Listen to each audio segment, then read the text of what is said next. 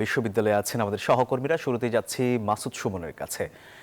Suman, vote গণনা নিয়ে এই যে বিপত্তির কারণটা আসলে কি, আর ফলাফল হতে কত সময় লাগতে পারে জানাবেন আমাদের।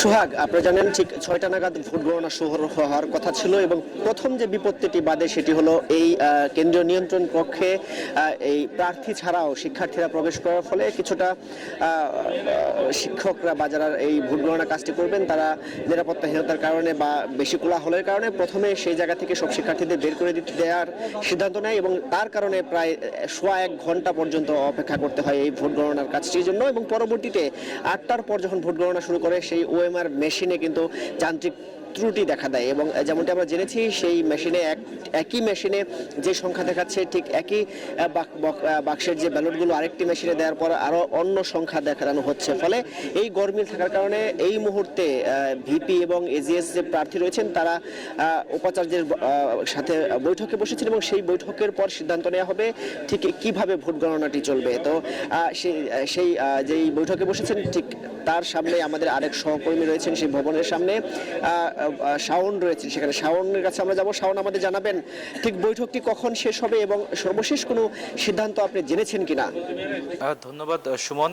আপনি জানেন দিনব্যাপী শান্তিপূর্ণভাবে যোগসু নির্বাচনে ভোট গণনা শেষ হলেও ভোট শেষ হলেও গণনার ক্ষেত্রে একটি নাটকীয়তার অবস্থা তৈরি হয়। সেই তারই প্রেক্ষিতে যেহেতু ওএমআর মেশিনে দুইটি মেশিনে দুই রকম ফলাফল আসছে, এই কারণে রাত 9টার দিকে নির্বাচন কমিশনের পক্ষ থেকে ভোট গণনা প্রক্রিয়া স্থগিত রাখার সিদ্ধান্ত হয় এবং যারা এই যোগসু নির্বাচনে কেন্দ্রীয় এবং হল সংসদ দুই জায়গায় যারা ভিপি এবং জিএস প্রার্থী ছিলেন তাদেরকে উপাচার্য রেজাউল করিমের কাছে নিয়ে আসা হয়। বর্তমানে জগন্নাথ বিশ্ববিদ্যালয়ের কনফারেন্স রুমে তারা একটি রুদ্ধদ্বার বৈঠক করছেন উপাচার্যের নেতৃত্বে। সেখানে আসলে সিদ্ধান্ত হবে যে পরবর্তীতে ভোট গণনা প্রক্রিয়াটা কিভাবে হবে, অর্থাৎ হাতে ভোট গণনা হবে না নতুন ওএমআর মেশিনে গণনা হবে, এবং আজকে রাতেই কি ভোট গণনা প্রক্রিয়া শুরু হবে নাকি